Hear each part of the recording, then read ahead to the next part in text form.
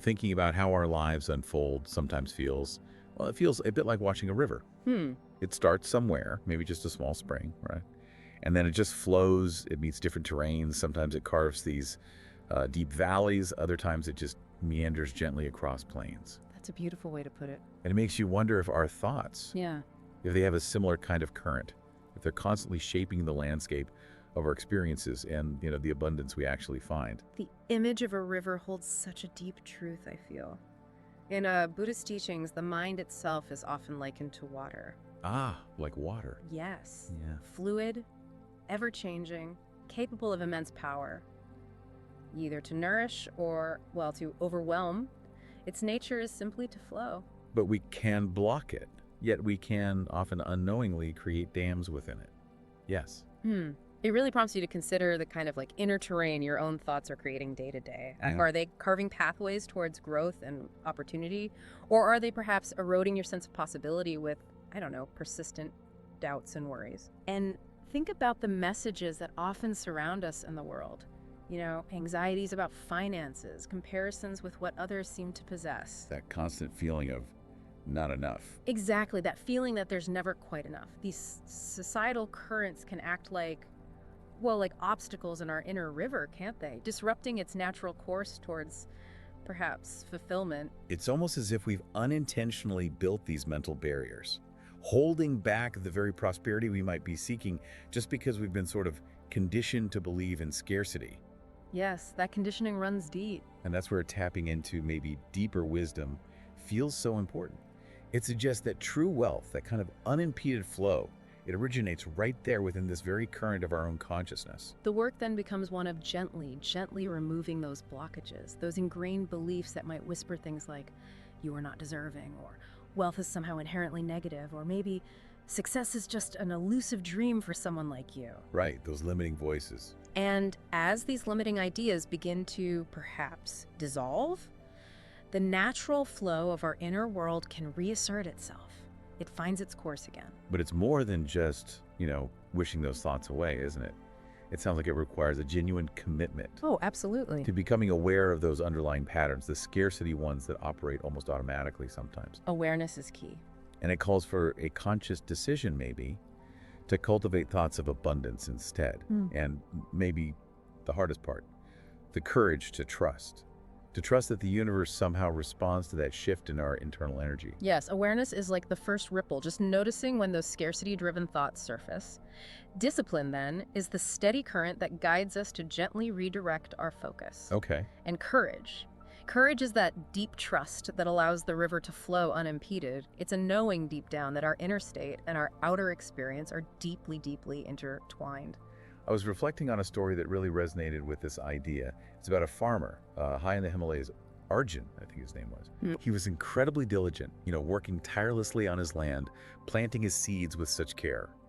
Yet his harvests were always meager, consistently poor. Ah, yes. And he started to believe he was somehow cursed, just bad luck. And in his struggle, his despair, he sought guidance from a wise monk living nearby. Right, and the monk, apparently with this incredible stillness, like he held centuries of understanding, he just posed one simple question that cut right through Arjun's despair. What was the question? He asked, when you look at the seeds you are planting, what is it that you truly see? Simple yet profound. Exactly. And Arjun's reply was so revealing, he confessed quite honestly that he saw only dirt, sweat, and disappointment.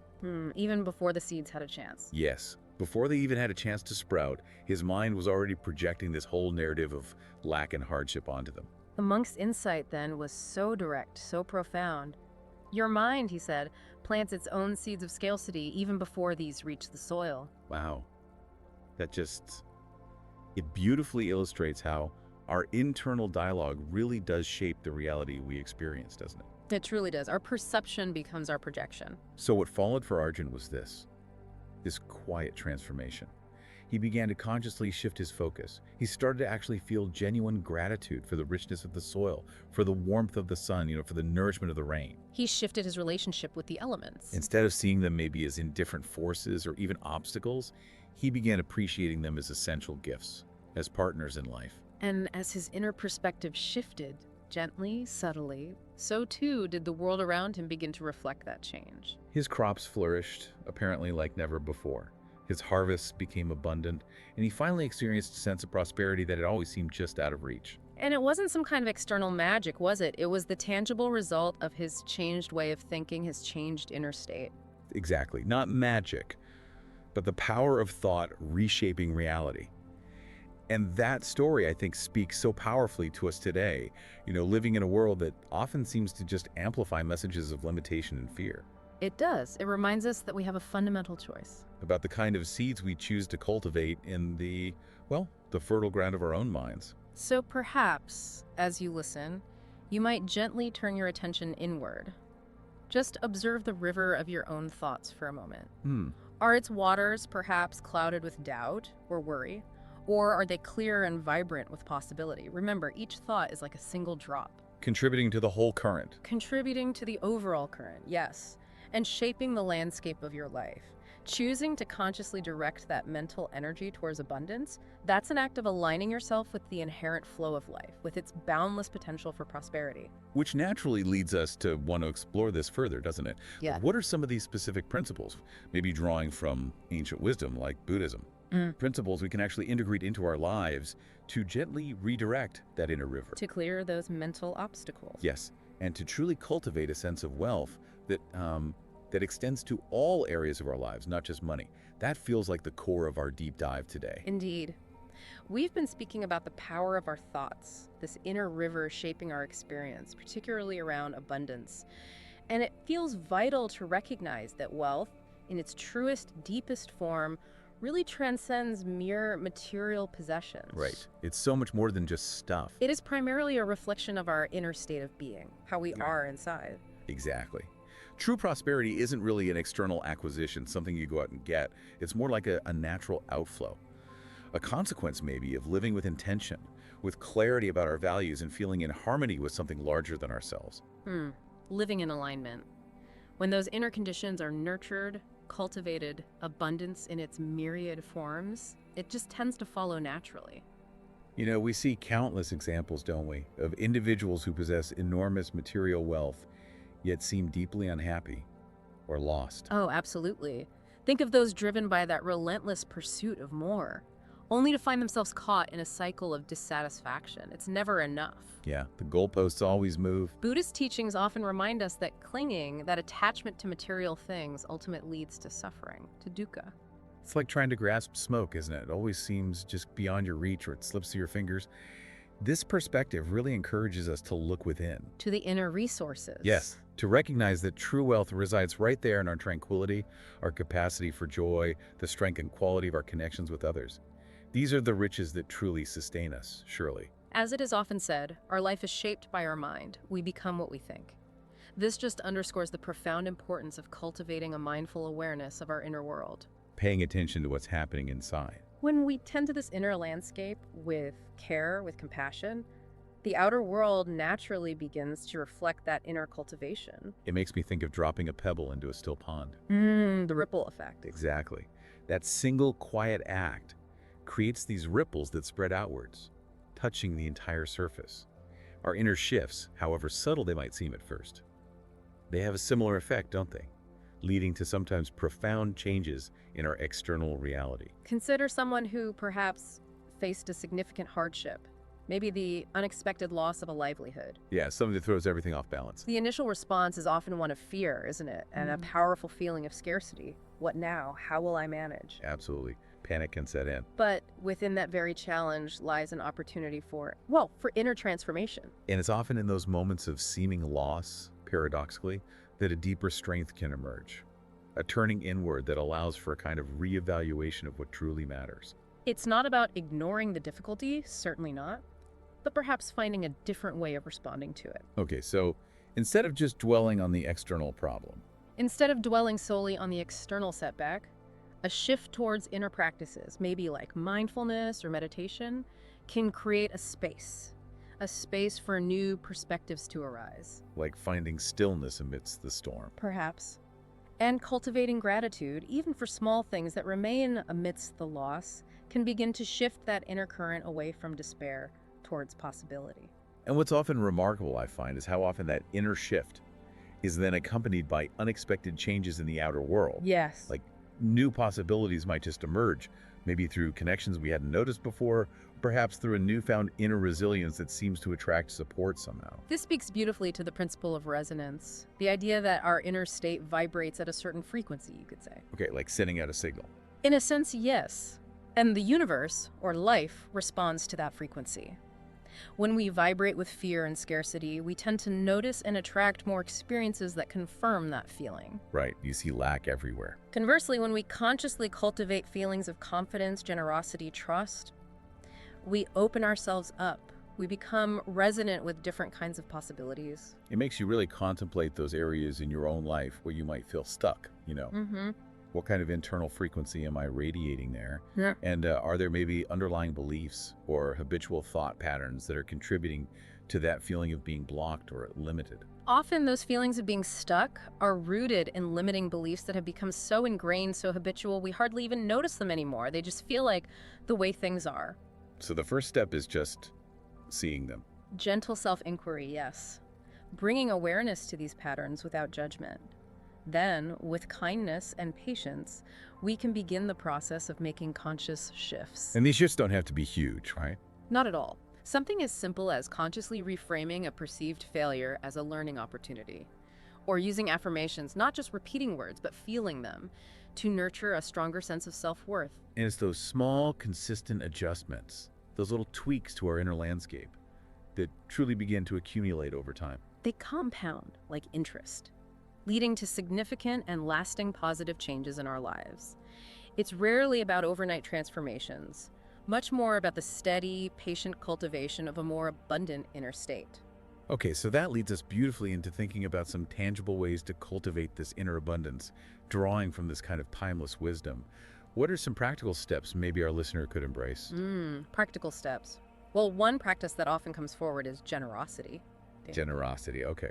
That can feel counterintuitive sometimes, can it? Yeah. Especially if you're personally experiencing a sense of lack, the idea of giving more away. It can seem paradoxical, yes. Yet the act of giving is seen as an incredibly powerful way to break the grip of self-centeredness, of that feeling of me and mine being separate and scarce. It opens the heart. How does it foster abundance, though? It fosters a sense of interconnectedness. When we give, whether it's material resources, our time, our skills, or simply an act of kindness, a listening ear, we create a positive flow. We participate in circulation.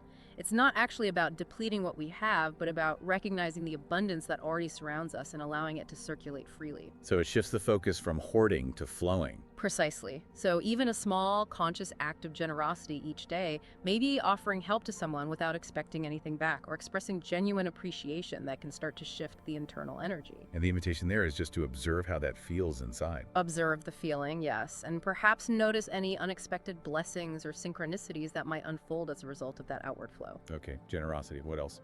Another vital practice is to actively challenge and reframe those habitual thoughts of scarcity.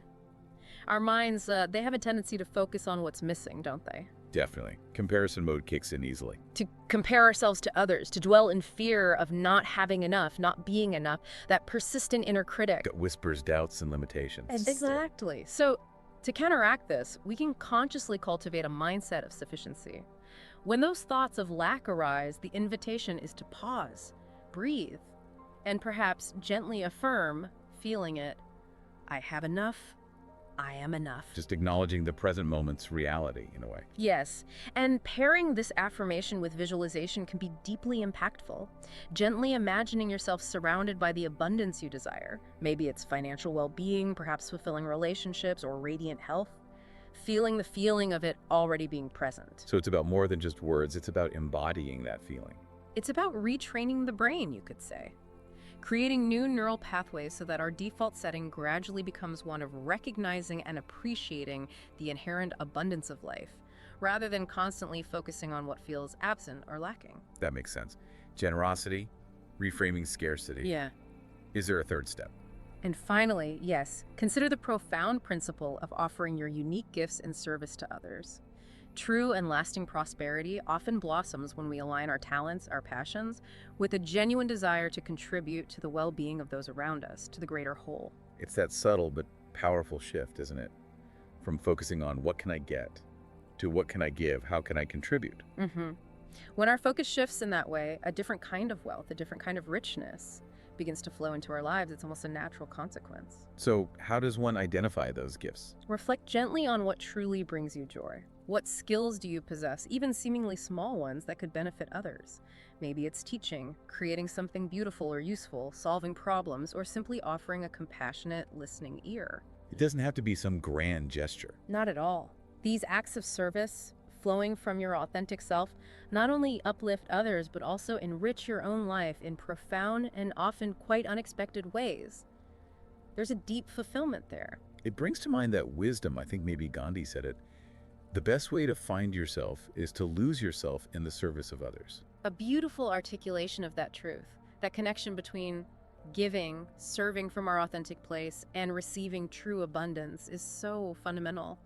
So as we draw our thoughts together here, it really feels like redefining success is a central aspect of this whole journey. It truly is. The path towards genuine wealth, genuine abundance is deeply personal. It involves gently shedding those layers of doubt and fear, those societal conditionings that tell us we are somehow incomplete or that resources are inherently limited and we must fight for our share. It's more about stepping into our own power. Stepping into your own power, perhaps, as a conscious participant, a co-creator in the unfolding of your reality, recognizing the influence of your inner state. And it really invites that quiet, maybe slightly challenging reflection. What would life actually feel like if we released the relentless pursuit of external wealth, the chasing, and instead focused on cultivating an inner state of abundance, of sufficiency, of generosity? How would our thoughts naturally shift? How would our words change, our actions?